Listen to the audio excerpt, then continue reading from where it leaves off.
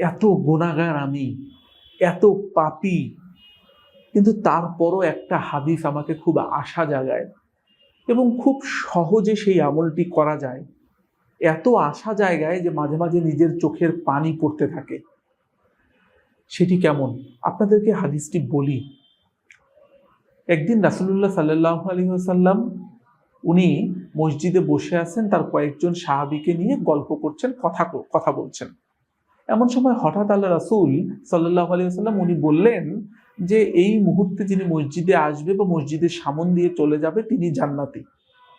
এই কথাটা শোনার সাথে সাথে তো সাহাবীদের একটু চোখ উচ্চকিত হয়ে উঠলো, একটু খোঁজার নেশা তৈরি হলো যে কি ব্যাপার, কোন মানুষটি যায় বা কোন মানুষটি মসজিদে আসবে, যে মসজিদে ঢুকবে এবং তিনি একজন জান্নাতি মানুষ। এটা তো একটা বিশাল বড় স্টেটমেন্ট। তাহলে ব্যাপারটি কি? ওনারা সবাই দেখতে শুরু করলেন, দেখলেন একজন মানুষ মসজিদে প্রবেশ করলেন, তিনি আসরের ওয়াক্তে নামাজ আদায় করছেন এবং তার দাড়ি থেকে তখনও অজুর পানি ঝরছে। তো দেখে সবাই একটু অবাক হলেন, তাকে দেখলেন।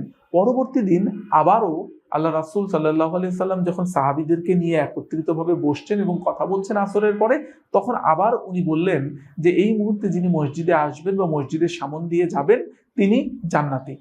সবাই তখন আবার একটু অ্যাটেনশন চলে আসলো সবার ভিতরে, সবাই একটু খোঁজাখুঁজি শুরু করলো কোন ব্যক্তি। দেখা গেল যে ওই একই ব্যক্তি আগের দিন যিনি ছিলেন তিনি মসজিদে প্রবেশ করলেন। আবার পরবর্তী দিন একই রকম ভাবে আল্লাহ রাসূল সাল্লাল্লাহু আলাইহি সাল্লাম সবাইকে নিয়ে বসে আছেন এবং জিজ্ঞেস করলেন যে এই মুহূর্তে যে মসজিদে ঢুকবে তিনি জান্নাতি। সবাই আবার একটু উচ্চকিত হয়ে উঠলো, সবাই একটু খুঁজতে শুরু করলো। দেখা গেল ওই একই ব্যক্তি আজকেও মসজিদে প্রবেশ করেছেন এবং আল্লাহ রাসূল তাকে জান্নাতি বলেছেন। তো এইটা নিয়ে সাহাবীদের মধ্যে যেহেতু ভালো কাজের কম্পিটিশন হতো, সেহেতু ওনারা চিন্তা করলেন যে আসলে উনি এমন কি আমল করেন যার কারণে ওনাকে আল্লাহ রাসূলের মতো মানুষ উনি জান্নাতি বললেন। তাহলে তো এটা একটু খোঁজখবর নিতে হয়। তো ছদ্মবেশে একজন সাহাবী ওই ব্যক্তির বাড়িতে গেলেন। বাড়িতে যাওয়ার পরে উনি তাকে বললেন যে ভাই, আমি তো একজন মুসাফির, আমি অমুক জায়গা থেকে এসেছি, আমার কোনো আশ্রয় নাই, আপনি যদি অনুমতি দেন এবং সহায়তা করেন তাহলে আপনার বাড়িতে একটু থাকতে চাই।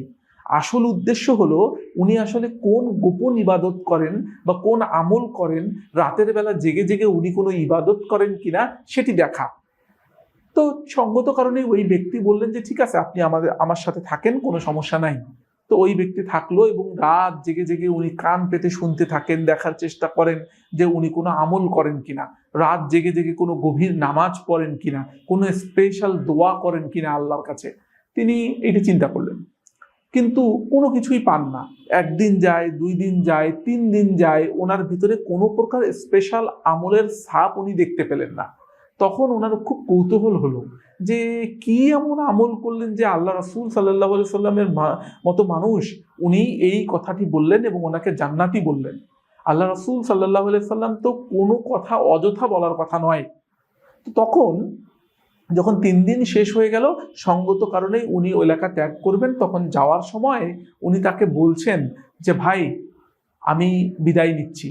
তো তাকে বিদায় দেওয়ার পর যখন চলে যাচ্ছিলেন ওই সাহাবী, তখন আবার পিছু ফিরে দেখে তাকে বলছেন, ভাই একটা কথা বলি, আমি তো মূলত আপনার বাড়িতে ছিলাম যে আপনি কোন স্পেশাল আমল করেন সেটা দেখার জন্য, কারণ আল্লাহ রাসূল আপনার ব্যাপারে এইরকম কথা বলেছেন।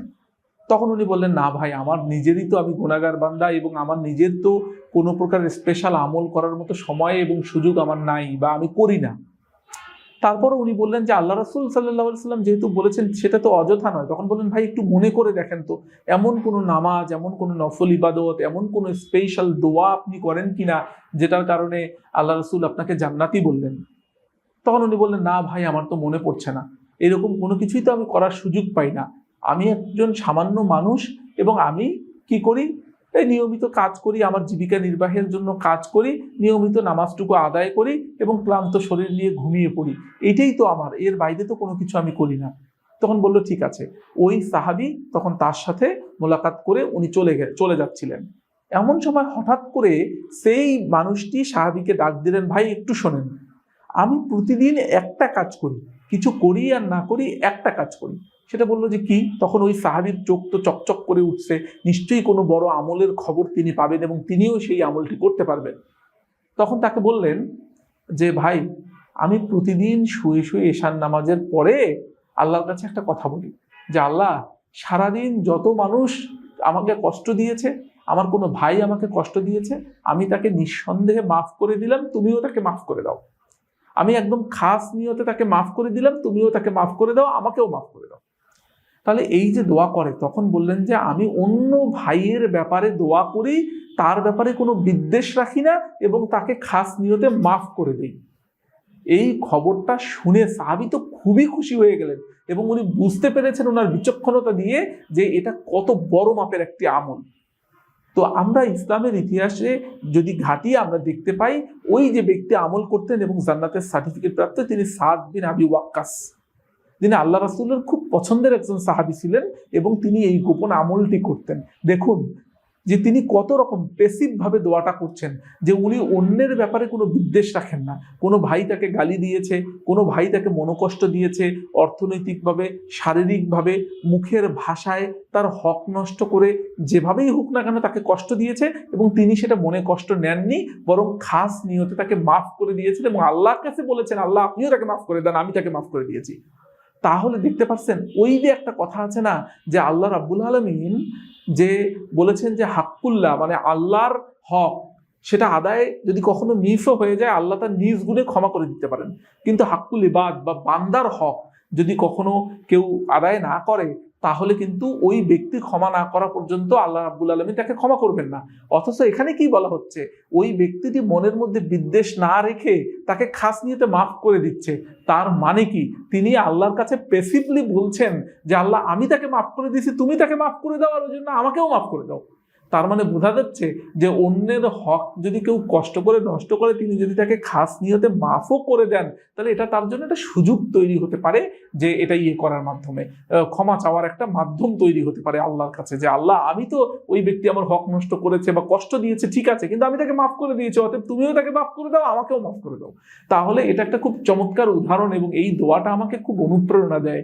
মাহে রমজান মাসে এটা যদি আমরা পালন করার চেষ্টা করি এবং যত কষ্ট দিয়েছে যত মানুষ, তাদেরকে যদি খাস নিয়তে মাফও করে দেই, এর কারণে যদি আল্লাহর কাছে আমরা বড় মাফটা পাই, তাহলে সেটাই বোধহয় আমাদের জন্য কামিয়াব হবে।